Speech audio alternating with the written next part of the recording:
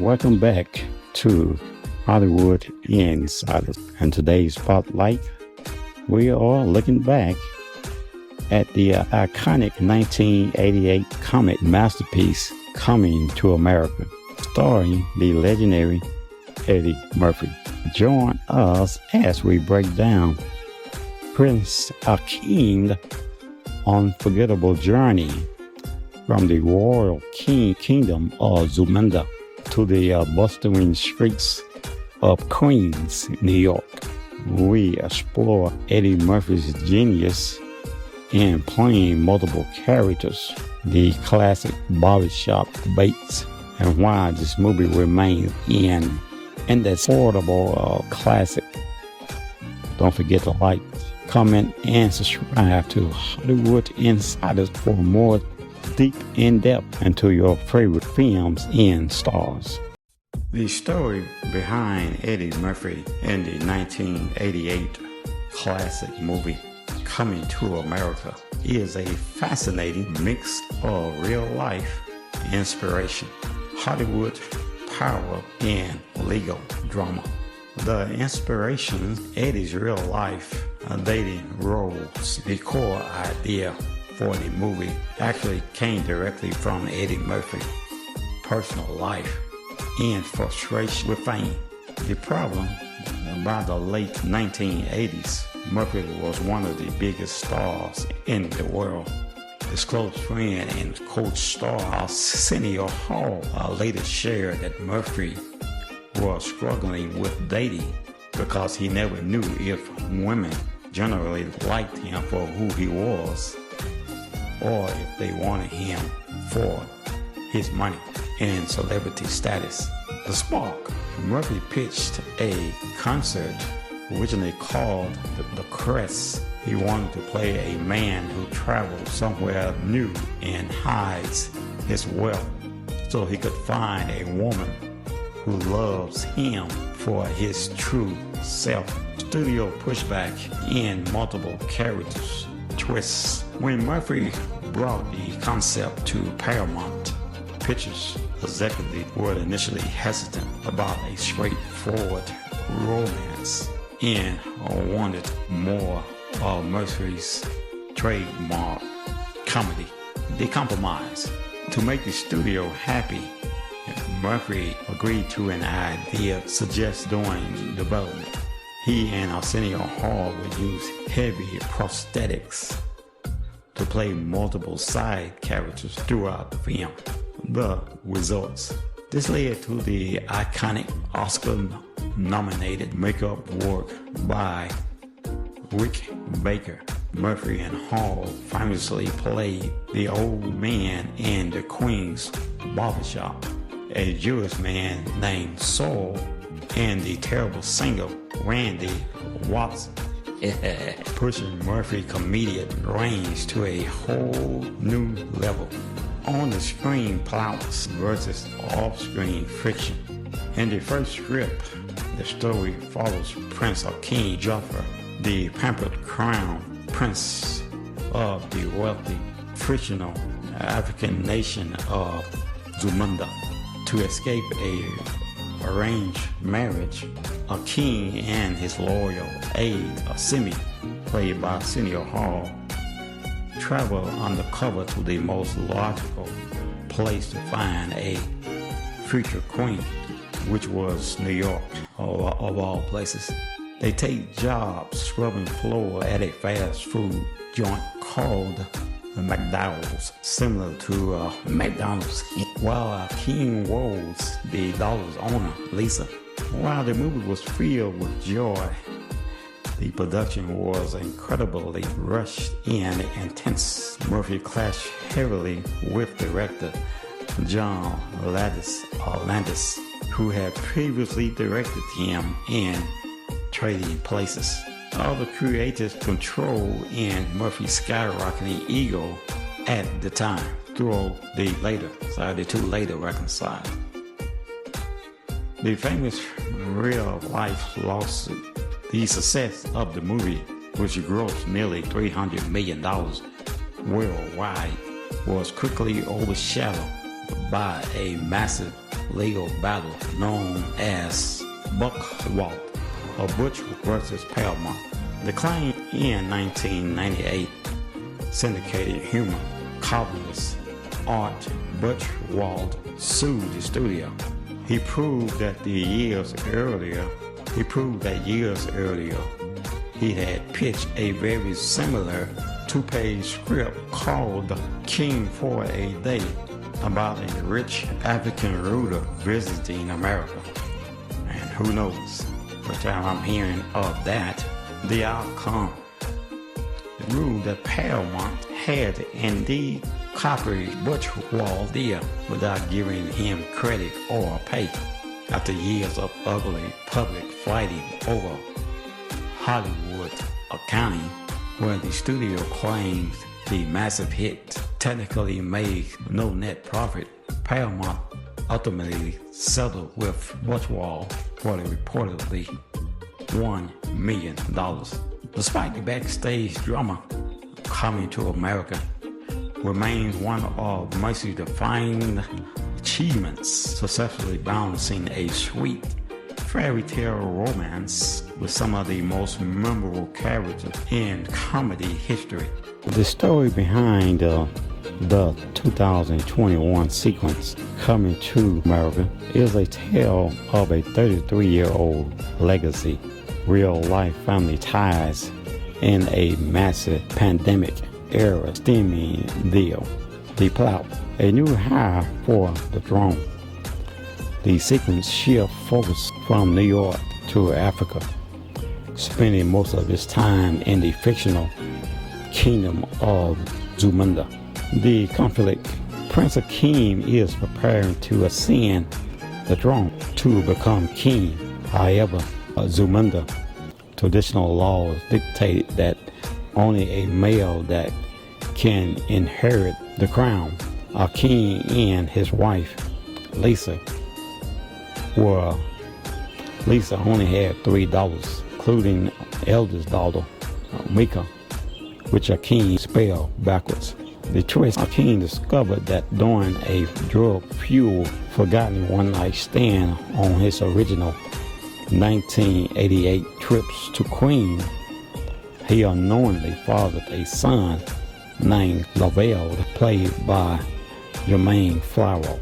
The mission, to prevent a military takeover by the ruthless General Lazel, played brilliantly by Wesley Snipes.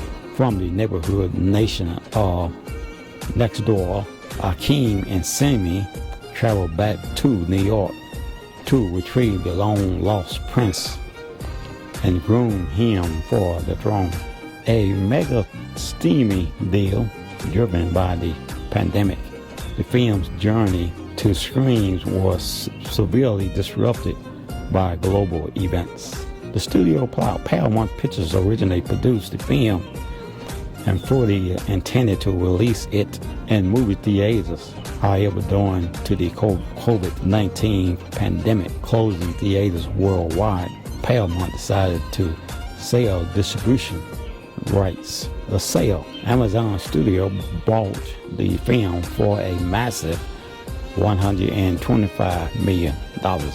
It bypassed theaters completely and dropped digitally on Amazon Prime Video on March the 5th, 2021, where it broke streaming records as the most watched streaming movie over a weekend at that time, keeping it in the family.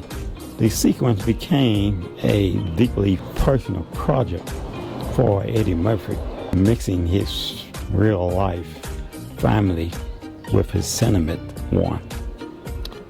His daughter's casting, Eddie's real-life daughter, Bella Murphy, for the role that Alma Akeem fired from art middle daughter. James Earl Jones' final role, legend James Earl Jones reprised the iconic as King. Jafar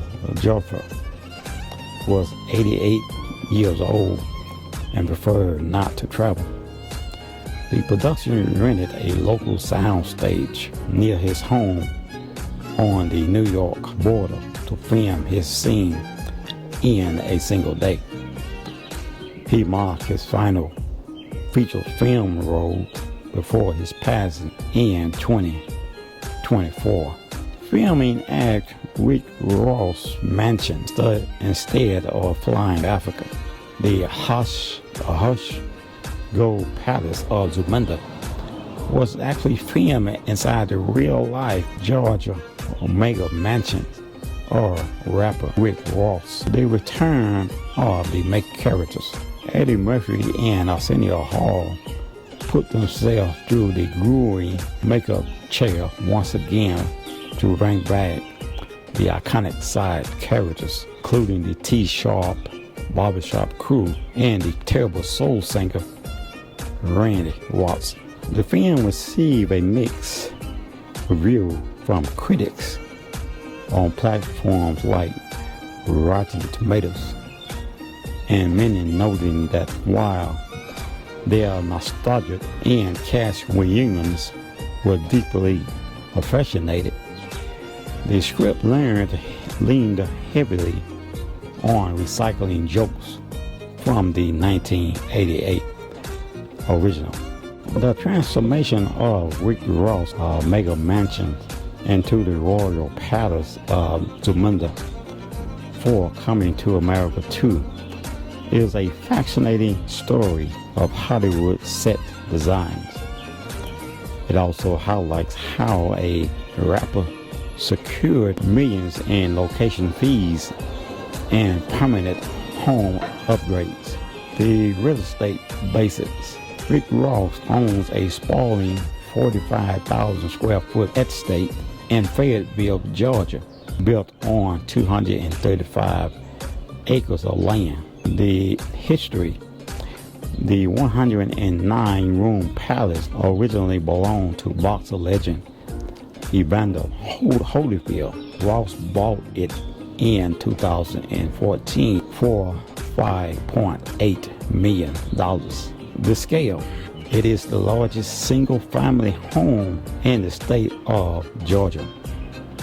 It features 12 bedrooms, 21 bathrooms, and 135-seat movie theater in a massive 350-gallon pool, turning Georgia into Zamunda.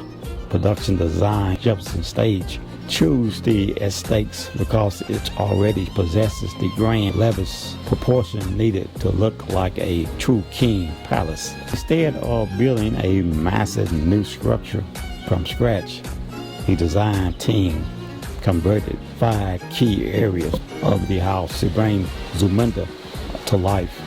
The grand entrance floor boasting a double winding staircase and a massive 2-story interior provided the perfect framing for a king royal entrance. The design room. The team completely remodeled Ross' dining room. They put up custom designers wallpaper and built an entire new humongous dining table that could comfortably seat 50 to 60 people. The king's bedroom. The movie primarily royal bedroom was actually Rick Ross' real-life master bedroom. Set decorations brought to the custom blues and silver to match the original movie's color palette, adding a massive silver leaf canopy over Ross's bed. The cast cutting trick to mimic expensive polished black and white marble flooring without ruining Ross's real floors. The production team laid down digital tiles printed onto lightweight fiber boards, buying out the country's gold leaf supply. Ross already had a white interior accent with gold trim.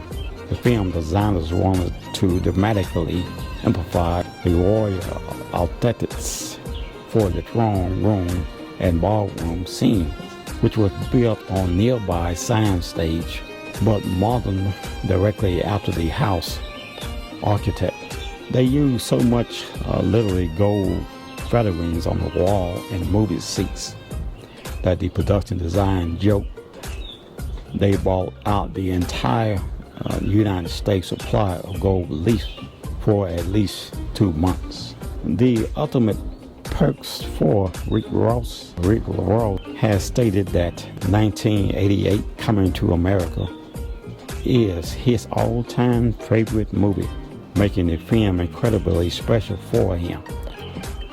He walked away from the production with massive perks. The payday. Ross revealed that he targeted the movie producers to ultimately walk away with $2.75 million in cash just for renting out his home. The gift. When filming wraps, Ross told the crew to leave their modifications behind. He kept the custom dining room wallpaper and the humongous custom 6-person full dining table as a permanent gift. The visual style of the fictional country was heavily praised in review. And so I think that's going to do it for today's review of Coming to both 1 and 2. I know you all have learned and got some interesting things out of that. I know I did just in the reviewing it. A lot of things I didn't know. I didn't know that the actual movie was in Rick Ross's multiple in Fayetteville, Georgia, at Evander former mansion. Had the opportunity to visit Holyfield mansion. Didn't actually go inside, but was able to visit the grounds there in Fayetteville, Georgia. Years ago, when I lived there in Georgia as well.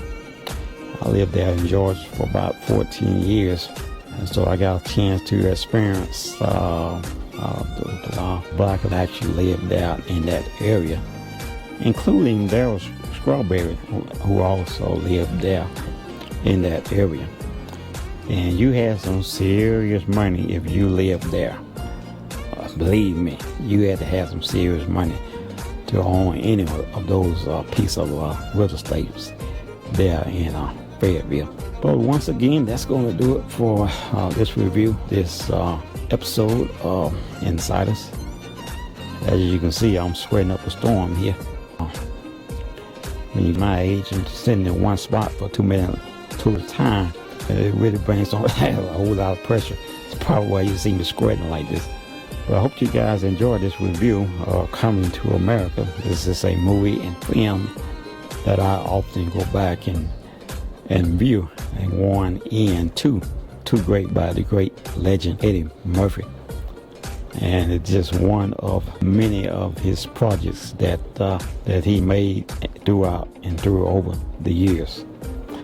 He is a true genius. I believe he just received a Lifetime Achievement Award. I think it was earlier this month or either last month, which was well deserved. Once again, we thank you for rocking with us and tuning in to each and every episode. We ask if you would to support the channel simply by liking, sharing, and subscribing. Don't forget to hit the notification bell so that you would know when we are doing a upload. Thank you for watching. We'll see you in the next video.